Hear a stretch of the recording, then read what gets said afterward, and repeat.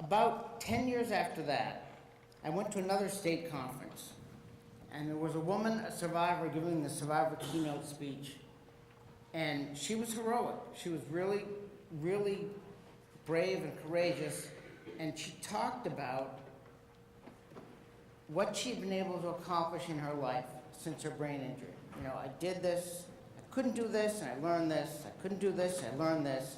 You know, the doctor said I'd never be able to do this, but I did it anyway, because I know we all love proving doctors wrong. But I found myself asking this question. Who was she? Who was this woman who was up here? Who had she become because of her brain injury? Who was she as a human being? I mean, I could see that she had accomplished a great deal, but how had she been able to use those things to further her life along? How did she deal with the issues that came up in her life? How did she relate to her TBI? Whether you know it or not, we all have some kind of relationship with our TBI. And I'll be getting into that a little bit later. But what she talked about, it made me think about myself and my situation. I was married, I had 2 young children, I worked in a family business, and couldn't have done that job without the support I was getting, although you wouldn't have been able to tell me that then. I thought I was doing fine. But it really made me think about a lot of things about myself. Like, I saw everything she did, I saw what I did, and I still wasn't where I wanted to be. I wanted to know who and what I was. From her speech, I realized that what I did was not as important as who I was or who I am, and finding my sense of self. Our story tells others what happened, that we were not always like this. I didn't always limp. I didn't always slur my speech. I used to be able to remember. You know, it's a way of explaining. Our story is for other survivors. We want to be, you know, an example to other survivors that, yeah, you can get through this to some extent, more or less, and prosper in your life and live a fulfilled life. When I went back to college after my brain injury, I saw my old macroeconomics professor, and he pulls me aside and said, Jeff, you know, I was in a car accident too in college. I said, really? He said, yeah. He said, I was in a coma for a month too. I said, wow. And you're a professor? Hey, you know, maybe I can do this. Maybe he gave me the incentive to think, yeah, maybe this can happen. So it's really powerful for other survivors to hear our story. And our story tells others we have accomplishments and triumphs that matter, even if they don't understand.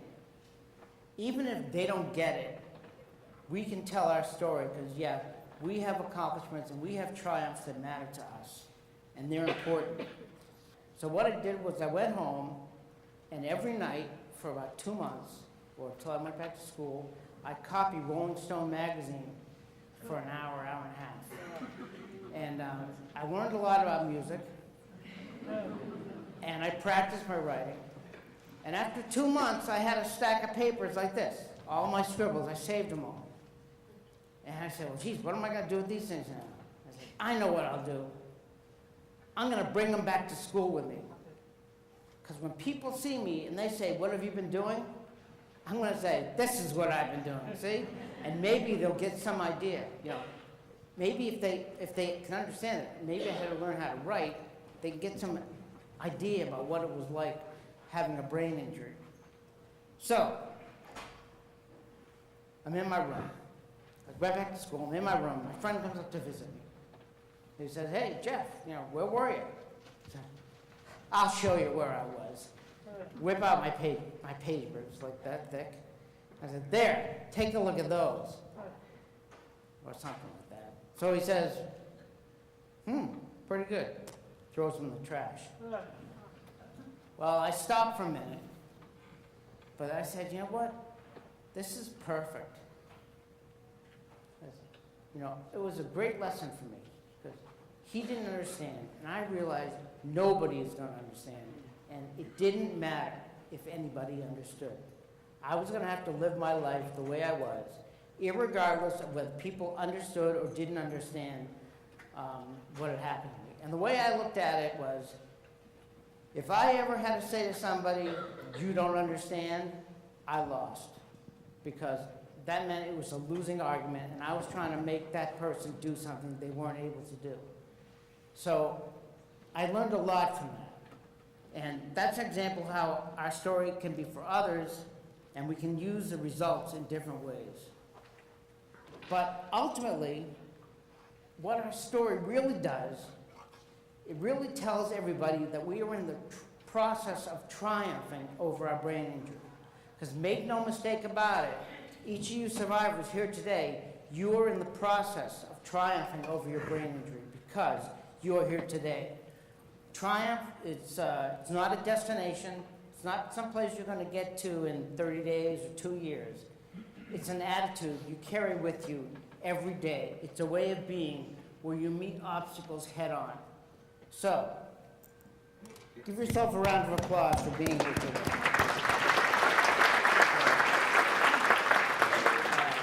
And thanks for being here again. So why is all this important? Well, knowing who you are, it creates an identity.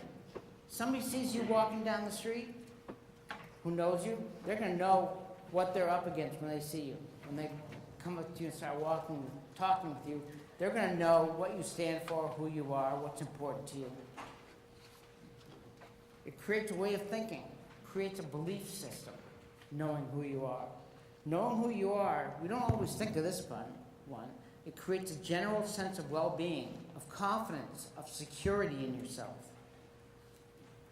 And lastly, knowing who you are will allow you to use the tools you have appropriately. In other words, knowing who you are will help you know what to do so that you can use the tools you have the way they were intended. But remember this, it takes work to determine who you are. So it's not going to fall from the sky. You know, it's not like manna from heaven. It's not going to come down from the sky, and you're going to have to put yourself on the line at some point to find out who you are. And I'm here to tell you that all you really need to know is who you are, because who you are conditions everything. You can get the 5 ways to do this, or the 10 ways all brain injured people should know, or all that stuff. But all you really need to know is who you are, because that's going to condition everything. This is where we need to put a stake in the ground. Like I said, it's not going to fall in your lap. You have to start at some point to be something and put your stake in the ground and move forward so you can find out who you are. Not knowing who you are contributes to everything else being harder and more confusing. You have to work at it. So for me, I decided to start at the very beginning. I wanted to start over with no preconceptions based on the past.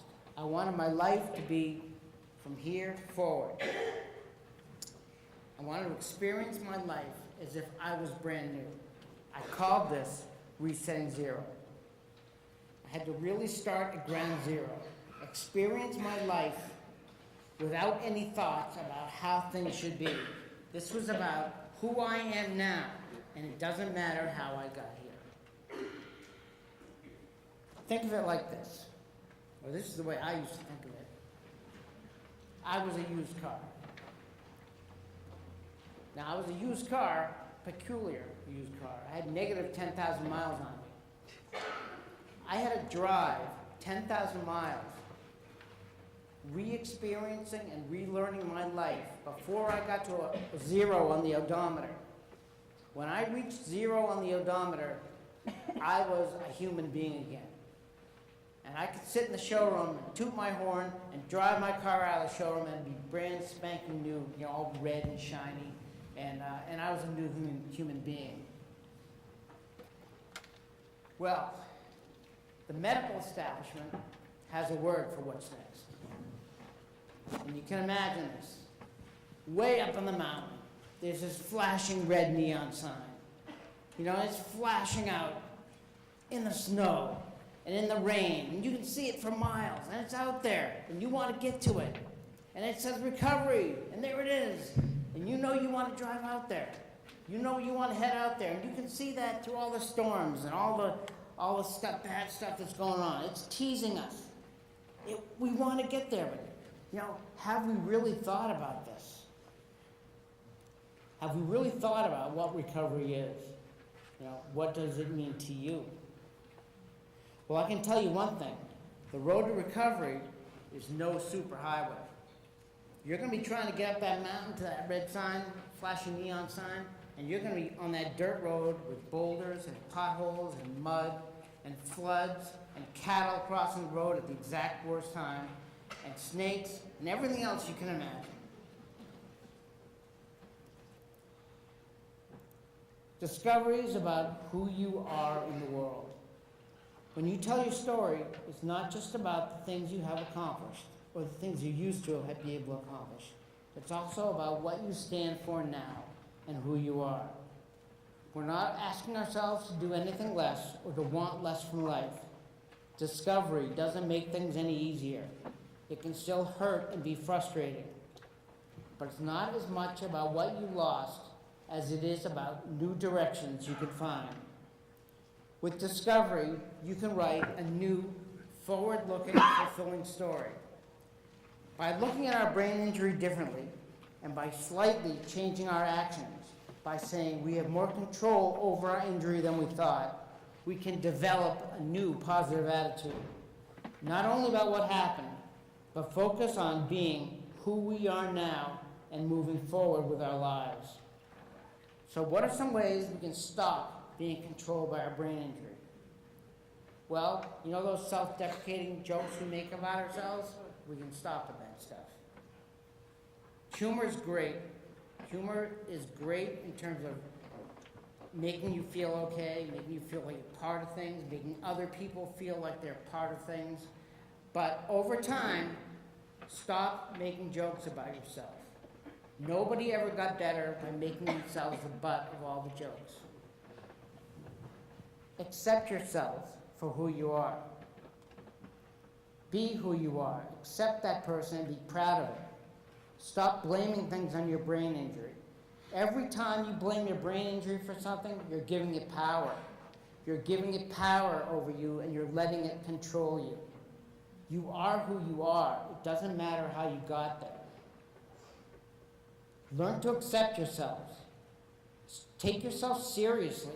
You are a person who deserves dignity and being treated with dignity and respect, regardless of whether you had a brain injury or not. When you're making jokes about yourself, other people see that and they'll treat you the same way. Treat yourself well. You deserve it.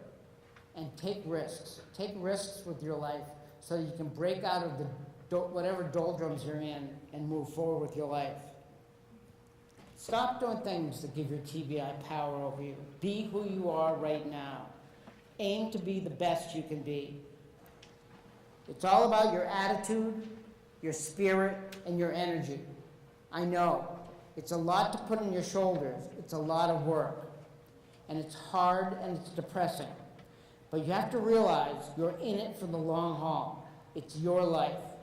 It won't be easy. There will be ups and downs. But you can discover your place in the world and learn to coexist with your TBI so that you can achieve victory. What is victory? Victory to me, it's living my life.